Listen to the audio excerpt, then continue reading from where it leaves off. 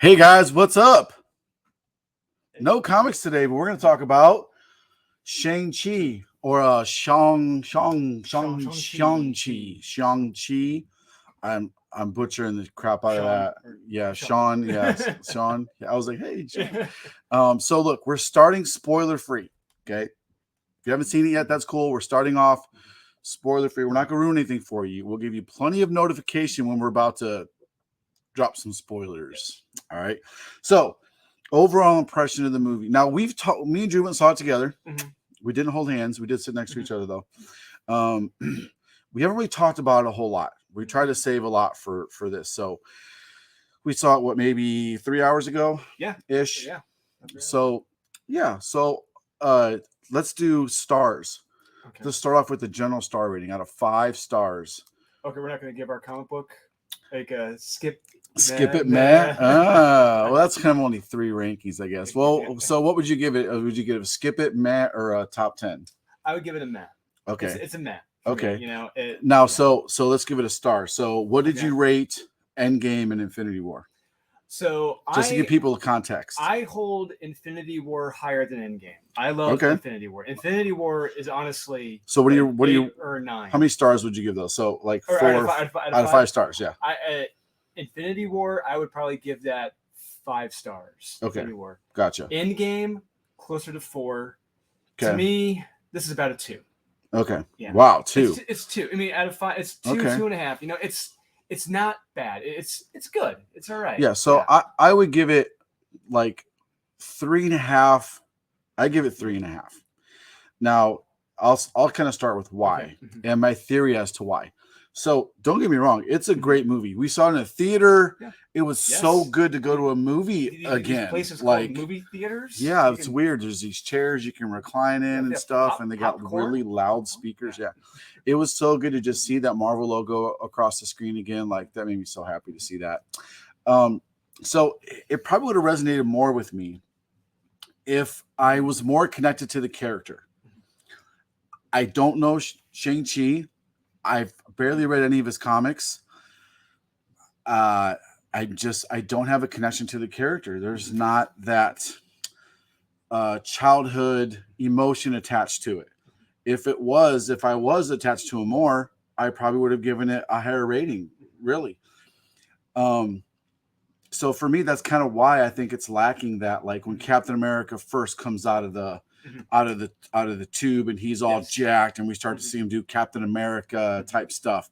When Iron Man comes out of the cave and he's wearing the original Iron Man armor and then he makes the armor. When Thor picks up that hammer and fully embraces, being Thor, like those movies are just so visceral and emotional because we're so connected to the characters. If you're more connected to Shang-Chi, you probably like it a lot more. That's my theory on why I didn't like it as much. Because as far as movies go, I thought it was pretty solid. Go ahead. Yeah. Some of your thoughts. I thought it was okay. I thought it was good. Okay, but for me, I didn't read Shang-Chi until I got a little older. Okay. Because I never really. I would always see this martial arts guy. I'm like, what is the Karate Kid? I don't know what's going on here. Mm-hmm. And then I got older and I learned about the Doug Monick, Paul Gulacy run on Shang-Chi Master of Kung Fu. Mm-hmm. And I highly encourage anyone out there, if you haven't seen them, find it. These stories are amazing. That's when we get Razor Fist. Yeah. Connection to him. And it is essentially Bruce Lee up and down, just a badass martial artist. Yeah. That is Shang-Chi. And so in this, you do get that to a point. But at the end of it, that doesn't really become the focus. I was really hoping for more of a street level, Bruce Lee, Shang-Chi fight. But well, so I was expecting more of the fantasy type kung fu, more like Crouching Tiger, Hidden Dragon type kung fu. So I knew Shang-Chi, and I knew it's like his more or less his kind of a ground level status, as a fighter. And this, and like, this is Shang-Chi, kind of, but not really. So I again, so for spoiler free, I thought it was a little slow in the middle. Mm-hmm. I thought there was one character. Stay till the end if you want to know. There's one character I thought was totally unnecessary and completely ruined the flow of the movie. Every time that character was on screen was super cringy, and it didn't add I think the humor Marvel is looking forward to add to it. I'll say who that is later on. But I thought the origin was solid. The way he learned his kung fu was solid. No really plot holes for me. It was as believable as it's going to get when you're talking about a guy with 10 magic rings. I thought it was a solid 3.5. Again, it would have been higher for me if I had more connection to the character. And bear in mind with like characters like Iron Man, Captain America, they had cartoons, and they've been widely published. Their faces and images are all been all over toys and cartoons. But Shang-Chi, not really. Yeah. No one's ever really seen him outside of the comics. Yeah. So this is a first for a lot of people. Yeah. Okay, so we're gonna show full. All right, stop it now. If you haven't seen 5:48, 5:50, so we'll put here. I'll write that down so I know to put it in the. I'll put it in the thing. Yeah, 5:50. Yeah, 48 or whatever. Okay, so now we're gonna start the spoilers. Okay, so you've been warned. Spoilers coming up. Don't hang out if you don't want to hear the spoilers. Okay. So the character I hated was Ben Kingsley's. He had no point. There's no point in him being in the movie. At all. No point. Just a joke. Hey, remember the Mandarin? Yeah. Which was cringy anyway. Yes, when it first happened, it was cringy. Yeah. So remember back when the 3. Mandarin, in Iron Man 3, when we thought we were going to get the real Mandarin with the rings, the real 10 rings, right? Well, admittedly, Marvel kind of botched that one. And I think they're admitting that they botched it, and they're trying to kind of backtrack it a little bit. But Ben Kingsley didn't need to be in there. No. I understand. I didn't really mind the fluffy little animal very much. Like, that's kid service. I get it. I didn't mind the Pogs in Star Wars. You could have the toys. Like, I didn't mind that. But the fact that Ben Kingsley kept showing up over and over again as the Mandarin and his acting and everything, it's like, oh, stop. I'm over it. I'm over it. I felt like we got enough comic relief from his best friend, the girl. The son. Yeah, that girl. I thought Awkwafina. I felt like she was good enough. She was funny enough, provided enough levity that we didn't need all the other parts of it. I did like that. I feel like his dad is kind of like, is he a bad guy, or was he a good guy that was just being manipulated a little bit? So when he's trying to break down the barrier, his motivation. It shifted several times throughout the movie. Like when we get his origin, he was clearly a bad guy, right? Wanted to rule the world. Then he had his kid. He tried to change his ways. But then when his wife died, because his past came back to haunt him, his wife dies. Then he gets on this path of trying to free her from this place, right? And there were several times during the movie where I felt a lot of empathy towards the dad. I was like, I can feel for this guy. That scene where he comes back, he sees his wife dead. I'm like, this is a great scene. He goes to get the vengeance. I'm like, yeah, that's a damn good scene. Yeah, and then he's put on the path. I mean, how many heroes have their origin that way, where they see a loved one dead and they go on a path of vengeance? I mean, that's the plot of Gladiator, basically one of the best movies ever made. Arguably. So I didn't mind that at all. I thought that the Sin Eater, the big thing at the end, or not the Sin Eater, what was it called? Soul Eater. Yeah.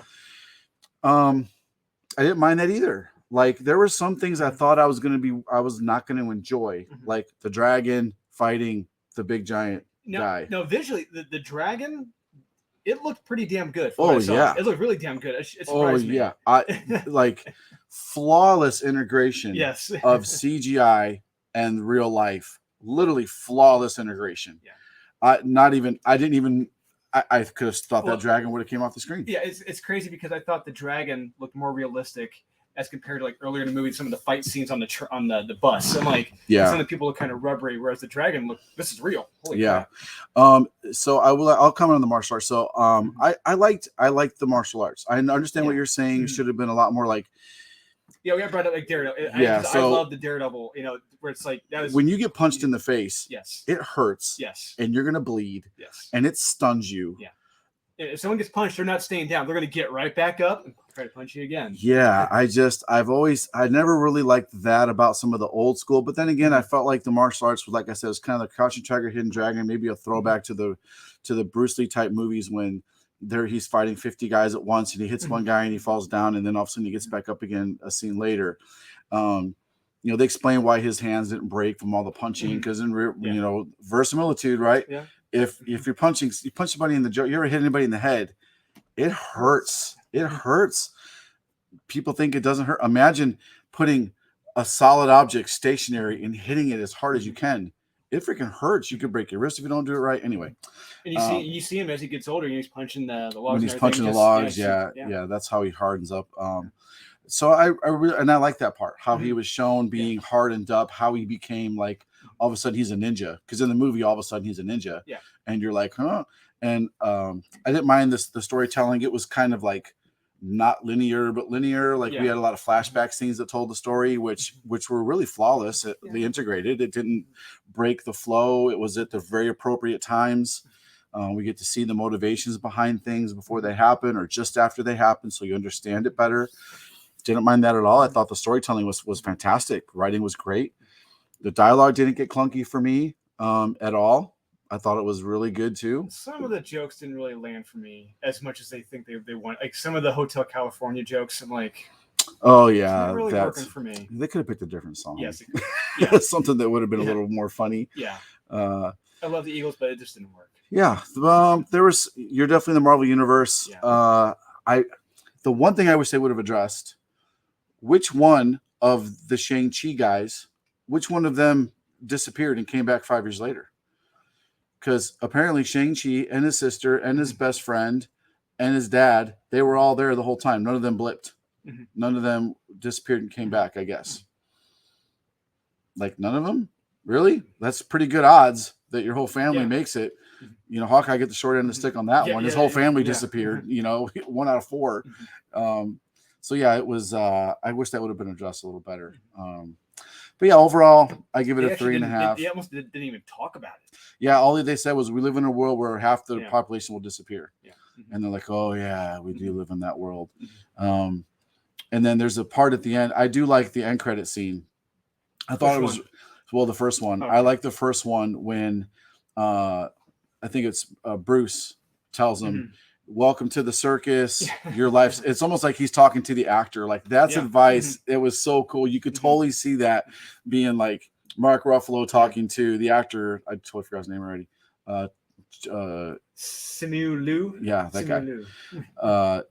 You could totally see Mark Ruffalo talking to him, telling him like, nothing's ever going to be the same. Welcome to the circus. Like you're in the MCU now, like I'm trying to figure out Wong. I'm like, cause I remember Wong being like, so, focused work driven. Now he was doing this cage fights and him and the Abomination are doing the cage fight. Like that was interesting. Drinking, doing karaoke. I'm like, what is going on with Wong now? Yeah, it'll be interesting to see I feel like there's something brewing there for sure. Yeah. I mean, a couple little nice cameos in the end credit scene. The second end credit scene, it was okay. I mean, no surprises. Yeah. I mean, if you want to leave, you can leave. Watch it online later. Yeah. The first day for the first one, it's quick. It's good. It's pretty good. But I liked it. I enjoyed it. I thought it was a good 3.5. I would see it again one more time. I probably wouldn't go see it again like 2 or 3 more times. I probably won't watch it again when it comes out on Netflix or wherever it's going to come out on Disney Plus. I probably won't see it again. I'll watch it a second time. That's about it. So it was okay. Yeah, I'll see it again if I'm with someone, if I'm on a date with a lady and she wants to go see it. Like now the last episode of What If with Doctor Strange was awesome. Did not see that one. Oh, it's so good. It's so good. We need to do another one of that one. Okay, anyway. All right, guys. So thanks a lot. Just wanted to throw a quick little throw our thoughts out there about Shang-Chi. Excited to be back in the theaters again. Looking forward to what Marvel. Oh, the trailer for Eternals was really good. Better than the first one. The first trailer was like, what the hell is this? Oh man, I am pumped about Eternals now. And even in the trailer, they said, "Why didn't you help us with Thanos?" Yeah, addressed it right up front. If you've been here this whole time and you're so powerful, where the f were you when Thanos was showing up? Loved it. Oh man, loved it. Okay, so let's wrap this thing up. Appreciate it, guys. You know what to do. Buy what you like, collect what you want, listen to the haters, and go see what you want and like the movies that you want, and don't care about what anybody else says. If the whole world says Shang-Chi sucked, don't go see it. Make up your own mind. Make up your own mind. If you want to go see it, go see it. Make your own decision. Thought it was a 2. I thought it was a solid 3.5. Yeah. I would see it one more time. It's not the worst Marvel movie. It's okay. I mean, some critics have said it's the best Marvel origin movie since Iron Man. I'm like, no, no, that's not a thing. That's not a thing. Yeah, not a thing. All right, guys. See you next time. Thanks.